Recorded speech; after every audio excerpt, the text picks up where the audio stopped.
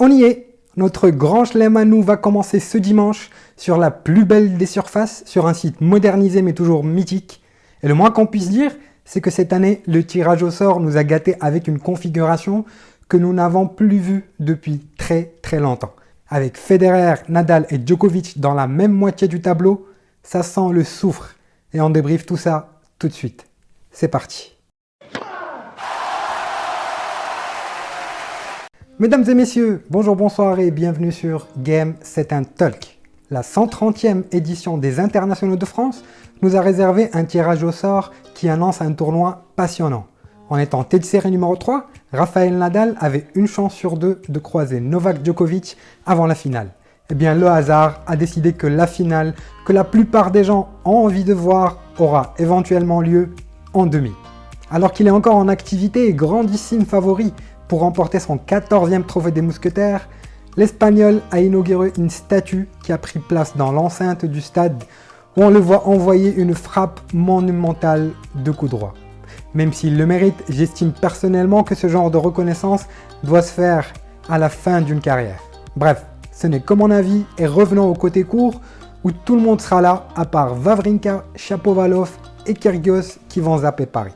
Avant de détailler les quarts de tableau, voici les premiers tours des 8 premières têtes de série. Djokovic, Sandgren, Medvedev, Bublik, Nadal, Popyrin, Thiem, Andujar, Tsitsipas, Chardy, Zverev face à un qualifié, Rublev face à Struff et Federer face à un qualifié. Par contre, pour les Français, ça va être très compliqué pour beaucoup.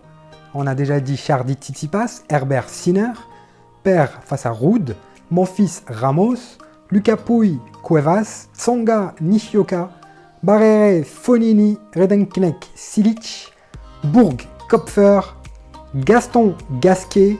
Passons tout de suite au premier quart du tableau avec 39 titres du Grand Chelem, ceux de Federer, Djokovic et Silic.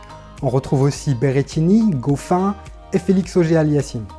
Pour son entrée en lice, le numéro 1 mondial sera opposé à Tennys Sandgren, qui peut bien jouer sur terre mais qui ne fera pas le poids face à un Djokovic impatient d'en découdre. Il pourrait se balader jusqu'en 8e pour retrouver Goffin ou Musetti qui vont se jouer dans un premier tour intéressant ou encore un Cecchinato en forme depuis quelques matchs qui peut faire un bon tournoi.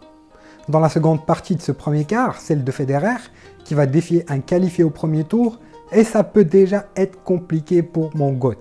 On l'a vu à court de forme à Genève la semaine dernière avec une défaite en 3-7 face à Andujar qui n'a plus lui aussi ses jambes de 20 ans. Donc en fonction du terrain qui lui sera servi, il peut déjà plier bagage, lui qui cible plus la tournée sur gazon qu'un long parcours à Roland. S'il passe ce premier match, il aura face à lui le vainqueur de Silic-Redenknecht qui a une vraie carte à jouer face au Croate avec la confiance qu'il a engrangée dernièrement dans le tournoi de Lyon où il avait fait quart de finale en ayant battu Yannick Sinner. Un autre Italien est en embuscade, c'est Matteo Berrettini, qui, si la logique est respectée, devrait batailler face à Félix pour une place en 8e avant de nous offrir un beau duel face à Djokovic en quart. Dans la deuxième partie du haut de tableau, celle du prince de Paris et maître incontestable des lieux, Rafael Nadal, qui n'aura pas la tâche facile pour s'extraire et rallier Djoko en demi. Dans sa partie de tableau, il y a Rublev, qui l'a battu à Monte-Carlo, Yannick Sinner, pour un remake du quart de finale de l'année dernière, ou encore Diego Schwartzmann, pour un remake de la demi encore de l'année dernière, voire même Karatsev, Sonego, et j'en oublie. Le Mallorquin débutera le tournoi face à l'Australien Popyrin, avant de défier au deuxième tour le vainqueur du duel 100% français entre Hugo Gaston et Richard Gasquet. Match à ne manquer sous aucun prétexte. Les choses commenceront à se compliquer en 8e face à la pépite piémontaise Yannick Sinner qui l'a bien embêté à Rome il y a 2 semaines, match en 2-7 mais très accroché avec un Italien super agressif mais qui n'a pas réussi à prendre le large quand les opportunités se sont présentées. Dans la partie basse, le demi-finaliste de l'année dernière va passer quelques mauvaises nuits avec la perspective de se faire marcher dessus encore une fois par son bourreau de cette saison et demi-finaliste de l'Open d'Australie, le bien nommé Aslan Karatsev, qu'on a vu s'entraîner il y a quelques jours avec Roger et qui veut confirmer les bons résultats, lui qui était de série numéro 24. Un autre russe fait figure d'épouvantail dans cette partie de tableau, c'est bien évidemment Andrei Rublev, quart finaliste l'année dernière et qui aura un tableau largement à sa portée jusqu'en 8e où pourrait l'attendre justement son copain et compatriote Aslan Karatsev. Dans la seconde partie du tableau, celle qui peut éventuellement nous offrir un finaliste inédit, si ce n'est pas Dominic Thiem. Le seul justement à avoir gagné un tournoi de Grand Chelem, atteint la finale à Roland 2 fois. Donc on a Zverev, Tsitsipas, Medvedev, non je rigole. Pour Medvedev qui n'a encore jamais gagné un match à Roland en 4 participations, dont 3 défaites face à des Français. Il va falloir déjà qu'il gagne le premier.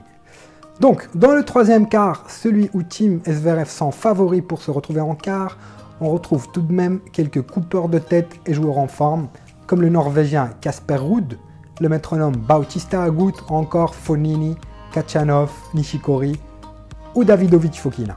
Bref, Zverev aura a priori 2 premiers tours à sa portée face à des qualifiés avant de croiser Djere ou Moutet qui vont se jouer au premier tour.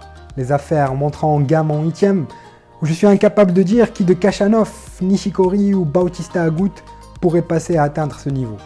Dans l'autre partie, Dominic Thiem aura une entrée en douceur face à Andujar avant de défier Delbonis, Fognini et éventuellement Ruud dans un match qui peut être piégeux en fonction de l'état de forme de l'Autrichien qui n'a pas beaucoup joué cette saison et peut manquer de rythme et de repères face à des joueurs qui ont beaucoup joué et qui arrivent avec le plein de confiance pour ce tournoi. Bref, Casper peut être un rude adversaire.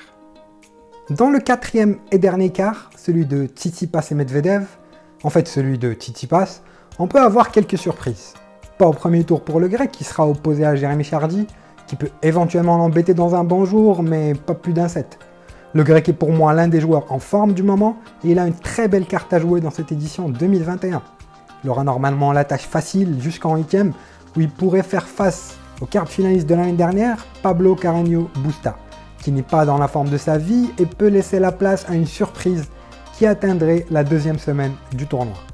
Dans la partie basse, les fans de Med vont croiser les doigts et les pieds pour leur protéger dans un premier match loin d'être facile face au fantasque kazakh Alexander Bublik, qui va jouer son tennis plein de folie et qui posera certainement problème aux Russes, qui n'aiment pas vraiment se salir les chaussettes sur un court en terre. Celui qui pourrait profiter de ce vide pourrait être le Chilien Cristian Garin, spécialiste de l'ocre, ou encore Grigor Dimitrov, qui peine vraiment à trouver depuis un an ou deux un niveau de jeu digne de son talent. Ce qui nous donnerait pour les quarts de finale théoriques Djokovic-Federer, Nadal-Rublev, Thiem Zverev et Medvedev face à Tsitsipas. Ça, c'est en théorie bien sûr. En pratique, voici ce que je vois comme quart. Djokovic face à Berrettini, Nadal, Rublev ou Karatsev, Thiem face à Zverev et un Tsitsipas Garin.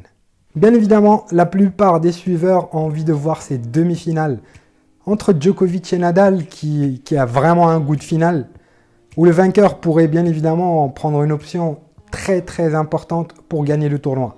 Ça c'est pour la partie haute du tableau. Pour la partie basse, je vois un joueur faire la différence. C'est Tsitsipas qui cette année a gagné 2 tournois dans un Master 1000, son premier sur terre et son premier tout court. Pour avoir nos pronos du premier tour ainsi que le vainqueur final du tournoi, je vous donne rendez-vous dimanche à 21h pour un live où je serai en compagnie de Cons pour débriefer avec vous en détail ce tableau et répondre à toutes vos questions. Si vous n'êtes pas abonné, je vous invite à le faire en activant la petite cloche.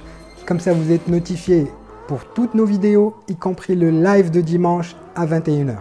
D'ici là, portez-vous bien et à ciao, au revoir.